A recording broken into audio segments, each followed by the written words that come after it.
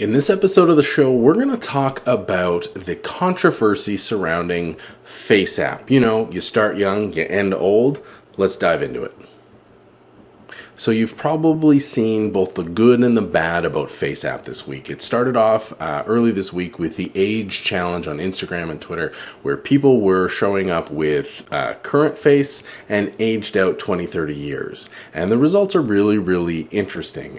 We've seen Drake old with sort of a salt and pepper beard and looking wiser, popular politicians thrown through the filter, celebrities sharing what they might look like down the road, and it's really fascinating. Everyone's having a good chuckle. But then things took a bit of a darker turn. There's been a lot of controversy around the security and privacy of this application, but what's really going on? Well, I've had the opportunity to speak to a few journalists to round a few stories to help clarify some of this. So we're going to share that in this episode of the show.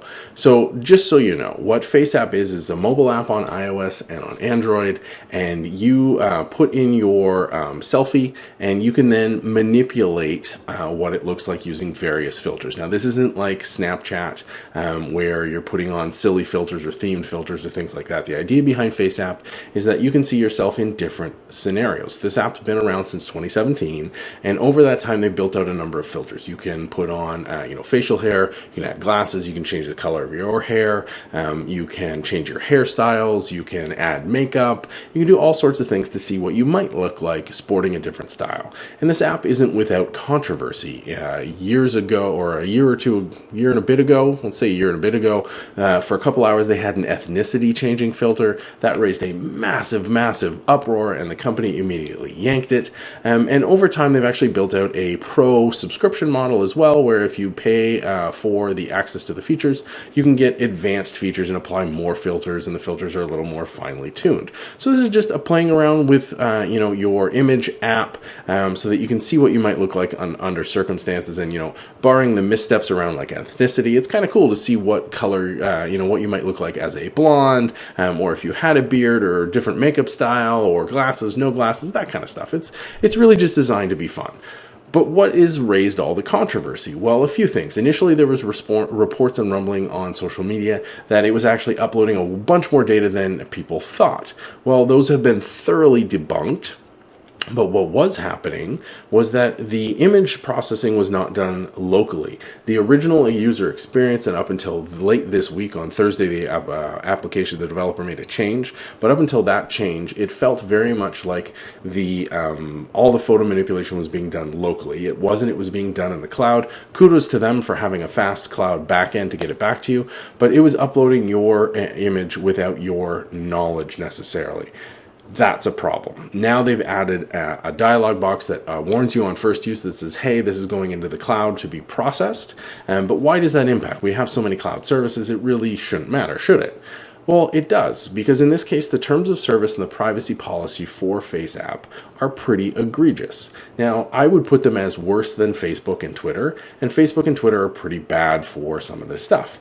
But the difference is you'll see some countering arguments on social around the impact of this. But really what it says, what the privacy policy and the terms of service add up to, is that with the photos that you upload to the service, so any photo you apply a filter to, the company has unlimited rights to do whatever they want with. They can sell it, they can reuse it in advertising, they can use it for further training their models, any number of things. So obviously that's beyond what most social media services and what most apps ask for. What most apps get within the terms of service is essentially a license, a royalty-free license, so that they can actually show it to other people legally, because you own the copyright around those images, and they need a license in order to share them with your friends and things like that.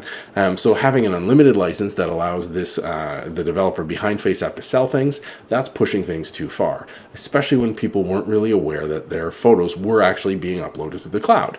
Now, the other challenge there is if you're uploading additional information. Now, if you're not using the sharing features right within the application, there's only metadata around your photo that's going up. So it's not necessarily associated to your name.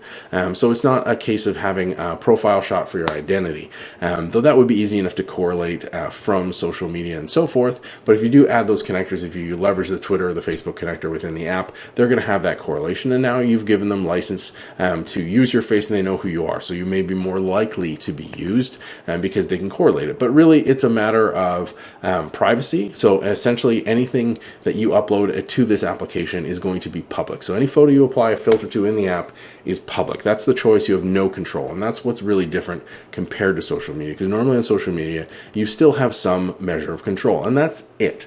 Everything else behind this, people are freaking out and saying because it's a Russian developer, you really should be concerned. I guarantee you, if you look into the teams that have developed the apps on your phone, there is a multitude of countries represented. So people just have a kickback or a natural bias when it comes to cybersecurity or privacy and Russia. I like to take things on a case-by-case basis. So yes, the terms of service and the licensing and the grants and permissions that the companies get from the photos are egregious. There is nothing, there's no solid evidence to indicate anything more malicious than that. If you don't have any identity data associated, if you're not using those sharing connectors, they are not building this surreptitious identity database. So you saw in the US, the political parties had recommended people don't use this because you're helping out an enemy in order to build out this facial recognition system.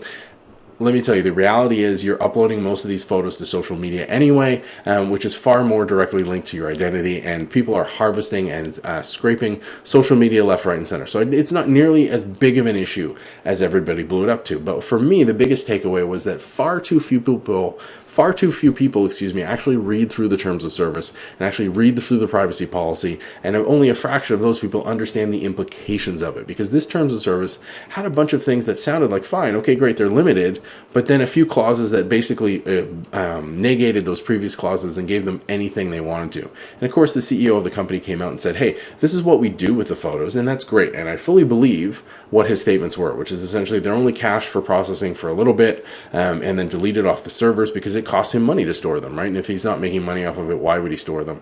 I totally understand that, but the problem is that legally the company is allowed to do whatever they want with the photos. So while they may not be doing something like reselling them or using them in advertising or using them as stock photography or things like that now, they have the legal right to do that, and that's the challenge. But that key issue, again, comes back to reading the terms of service. I know it's dry, I know it's boring, but we agree to so many things, and this was such a cool thing to get on and see how you look older.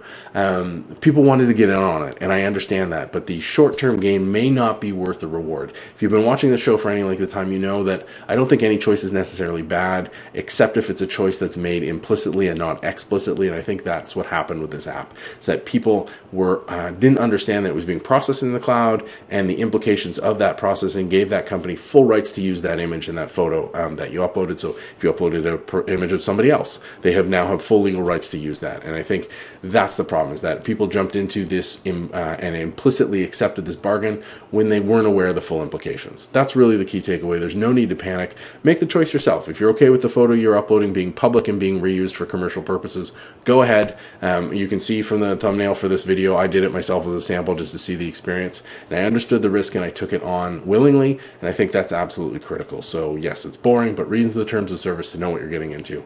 What do you think? Let me know. Hit me up online at MarkNCA in the comments down below, and as always by email, me at markn.ca. Look forward to talking to you this. Have a fantastic day, and we'll see you on the next episode of the show.